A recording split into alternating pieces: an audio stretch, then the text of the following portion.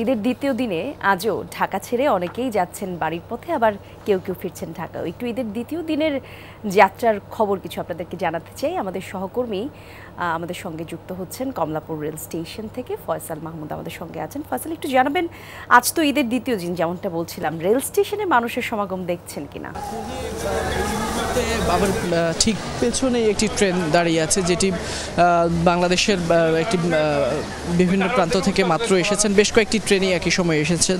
যদি বলি আজকে দ্বিতীয় দিন, আপনি সাধারণত ঈদের হয়তো দু একদিন বা কয়েকদিন পরপরই কিন্তু ঢাকামুখী মানুষের যে ঢল থাকে, সেরকম না হলেও কিন্তু আমরা এই মুহূর্তে দেখছি কমলাপুর রেল স্টেশনে কিন্তু হাজার হাজার যাত্রীদের কিন্তু আনাগোনা রয়েছে, বা সকলেই কিন্তু অনেকেই কিন্তু ঢাকায় ফিরছেন।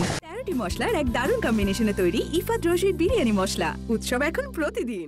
আমরা যেমনটি দেখছিলাম, বেশ কয়েকটি ট্রেন রয়েছে প্ল্যাটফর্মে। তারা কিন্তু দেশের বিভিন্ন জায়গা থেকে ইতিমধ্যে তাদের যে পরিবার প্রিয়জন রয়েছে, সেই সকল মানুষগুলোর সাথে তারা তাদের ঈদের যে আনন্দ, সেটি ভাগাভাগি করে কিন্তু আবারও ঢাকামুখী হচ্ছে। অর্থাৎ আবারও তারা কিন্তু তাদের যে কাজকর্ম বা কিংবা তাদের যে ব্যস্ততা কর্মজীবন, সেখানে হয়তো তারা আবারও ফিরতে শুরু করেছেন।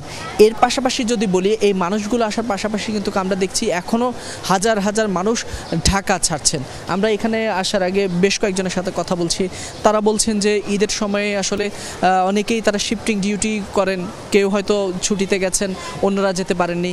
যারা গিয়েছেন তারা হয়তো ফিরছে, সে জায়গায় তারা আবার নতুন করে যাচ্ছে। এরকম আমরা দেখছি অনেক মানুষ যারা মূলত ঈদের পরবর্তীতে ঈদের যে আনন্দ, সেটি কিন্তু পরিবারের সাথে সাথে তারা ভাগাভাগি করার জন্য আমরা দেখছি যে তারা কিন্তু এই কমলাপুর রেল স্টেশনমুখী হচ্ছেন, এবং সেখান থেকেই কিন্তু ট্রেন ধরে তারা দেশের বিভিন্ন প্রান্তে চলে যাচ্ছেন। আপনারা দেখতে পাচ্ছেন, ঈদের একদিন পরে হলেও কিন্তু কমলাপুর রেল স্টেশনের চিত্রটি কিন্তু পুরোপুরি ভিন্ন। যেমনটি আমরা স্বাভাবিক সময়ের মতো যেরকম দেখে হাজার হাজার মানুষের একটু ব্যস্ততা থাকে এই স্টেশনকে ঘিরে, বা মানুষের যে স্টেশনমুখী মানুষের যে যাত্রা, সেটি কিন্তু আমরা দেখছি এখানে বেশ লক্ষ্য করছি বলা যায়। যেহেতু আপনি জানেন, অনেক ট্রেন এই ঈদের যাত্রার জন্য কিন্তু ট্রেনের যে ভ্রমণ, সেটি কিন্তু অনেকটা আরামদায়ক এবং স্বাচ্ছন্দ্য বোধ করেন যাত্রীরা। যার কারণেই মূলত বলা যায় যে ঈদে বাড়ি যাওয়া কিংবা বাড়ি থেকে ঢাকায় ফেরার ক্ষেত্রে কিন্তু সকলের প্রথম পছন্দ থাকে ট্রেন। তাই বলা যায় যে ট্রেনেই আসলে সকলেই চেষ্টা করছেন বাড়ি থেকে ফেরার কিংবা বাড়ি যাওয়ার।